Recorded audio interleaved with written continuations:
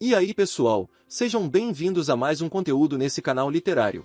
E hoje vamos falar sobre o livro Pavilhão dos Padres. Então, te segura na cadeira, pegue o seu fone de ouvido, e vamos para mais um resumo de livro. Título: Pavilhão dos Padres. Autor: Guillaume Zeller. Editora: Contexto. Páginas: 240. Ao pensar na tragédia do Holocausto, logo nos vem à mente o sofrimento causado a milhões de judeus. Além disso, lembramos dos milhares de russos, poloneses, eslavos, ciganos e homossexuais. Mas para além desses grupos, aproximadamente 3.500 religiosos, entre padres, sacerdotes e pastores, também sofreram com as prisões, humilhações e os assassinatos dos campos de concentração. Baseado nos relatos dos sobreviventes e nos autos dos processos que se seguiram à libertação dos campos, esse livro traz luz sobre um assunto quase esquecido. Já na década de 1930, após a ascensão do nazismo na Alemanha e a sua escalada de poder, com a ocupação da Renânia, dos Sudetos e da Áustria, se iniciou também o aparato de censura, perseguição e eliminação de qualquer crítico do sistema, incluindo os religiosos. A princípio, esses religiosos eram enviados às prisões comuns para interrogatório e para os nascentes campos de concentração. Com o aumento no número de religiosos presos e os problemas diplomáticos com o Vaticano causados por essas prisões, houve um acordo entre a Santa Sé e o Terceiro Reich. Uma das proposições era para que os religiosos, católicos ou não, fossem enviados para um único local, que tivessem bom tratamento e que fossem respeitados naquilo que se entendia como liberdade de culto. Na prática, só a primeira cláusula foi seguida, e Dachau, um dos maiores campos de concentração da Alemanha nazista, foi o local escolhido para receber todos os religiosos presos pelo regime.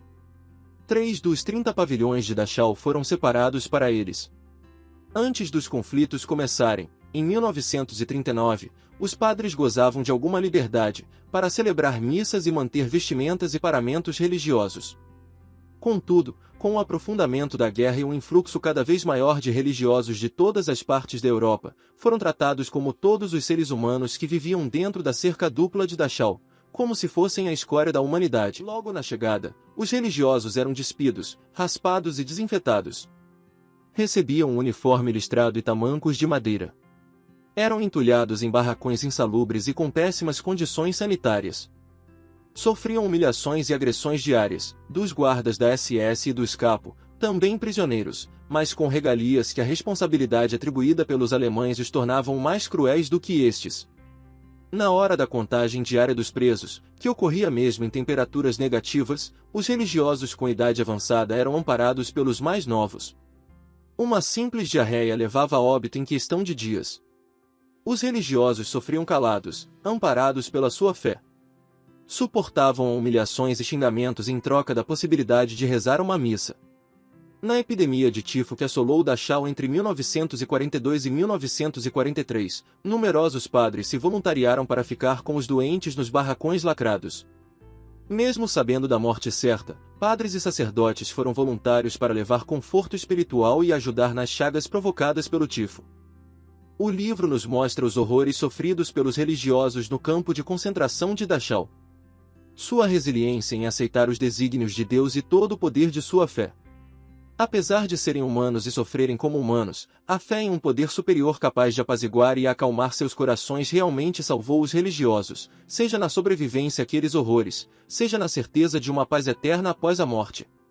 Os religiosos de Dachau souberam confiar e acreditar naquele que seria o único capaz de aliviar o sofrimento. Souberam também perdoar. Se você gostou desse episódio, deixe o seu like e se inscreva no canal. Além disso, colocamos na descrição do vídeo um link exclusivo para você adquirir esse livro. Para mais resenhas como essa, acesse resumodelivro.net. Muito obrigado pela sua audiência, e até o próximo Resumo de Livro.